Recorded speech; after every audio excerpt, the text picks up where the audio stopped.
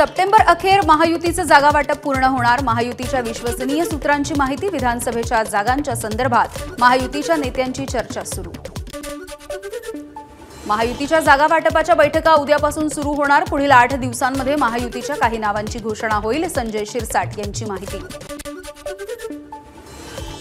मुंबईमध्ये महाविकास आघाडीची बैठकीमध्ये विधानसभेच्या जागा वाटपाच्या संदर्भात चर्चा झाल्याची माहिती। संजय राऊत, अनिल देसाई, नाना पटोले, जितेंद्र आव्हाड बैठकीला उपस्थित। काँग्रेस पक्ष जरा जास्त व्यस्त आहे, पण त्यांना आम्ही सांगितलं की लवकर आपण बैठक घेऊन जागा वाटपावरती निर्णय घ्यायला हवा। संजय राऊत यांची काँग्रेसवर टीका। मुंबईच्या जागा वाटपाचा विषय संपला असल्याचंही केलं वक्तव्य। रश्मी ठाकरेंनी कधीही राजकारणामध्ये इंटरेस्ट घेतला नाही। राज्यामध्ये महिला मुख्यमंत्री झालीच पाहिजे, मात्र कारण नसताना रश्मी ठाकरेंचं नाव यामध्ये असता कामा नये। किशोरी पेडणेकर यांचं सूचक वक्तव्य। राज्यामध्ये केवळ महिला मुख्यमंत्री होऊन प्रश्न सुटणार नाही। वर्षा गायकवाडांना रुपाली चाकणकर यांचं प्रत्युत्तर।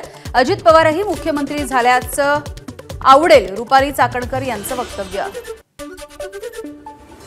तिसऱ्या आघाडीमध्ये एमआयएम पक्षाला नो एंट्री। धार्मिक कटुता निर्माण करणाऱ्या पक्षांपासून दूर राहणार, बच्चू कडू यांचं वक्तव्य।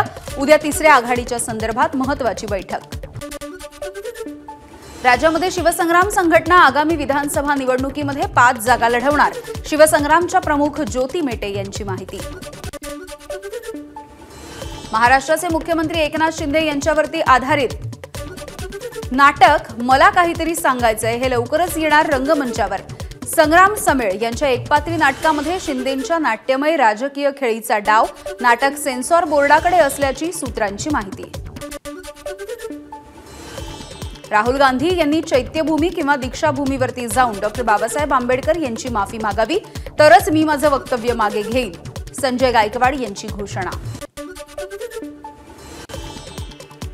राहुल गांधींच्या विरोधामध्ये आंदोलन करणाऱ्यांच्या विरोधात काँग्रेस आक्रमक। उद्या राज्यभरामध्ये काँग्रेसचं आंदोलन। राहुल गांधींच्या केसाला हात सुद्धा लागू देणार नाही, प्रदेशाध्यक्ष नाना पटोले यांची प्रतिक्रिया।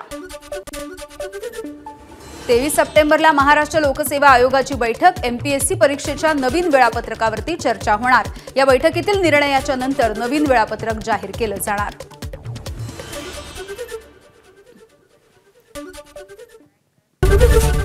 एबीपी माझा, उघडा डोळे बघा नीट।